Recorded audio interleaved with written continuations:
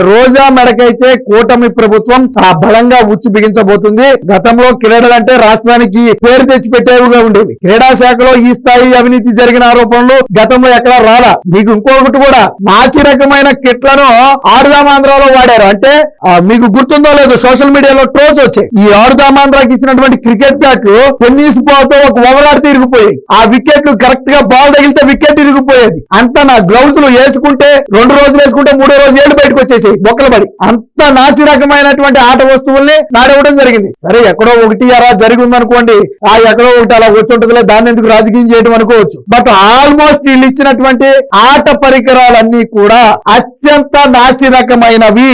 ఆ తరువాత సోషల్ మీడియాలో దీన్ని రాజకీయం చేసిన పనుల ఎవరైతే క్రీడాకారులు ఉన్నారో వాళ్లే ఈ ఆడుదామాంధ్రాలో ఇచ్చిన బ్యాట్లు ఇరిగిపోయాయి, షటిల్ ర్యాకెట్లు ఇరిగిపోయాయి, లేకపోతే వికెట్లు ఇరిగిపోయాయి అని చెప్పి వాళ్ళే సోషల్ మీడియాలో పెట్టారు. కొంతమంది లైవ్ గా వీడియోలు పెట్టారు. ఆడతా ఉంటే వాళ్ళేదో సరదాగా వీడియో తీసుకుంటుంటే అది బ్యాట్ ఇరిగిపోయేది పట్ని.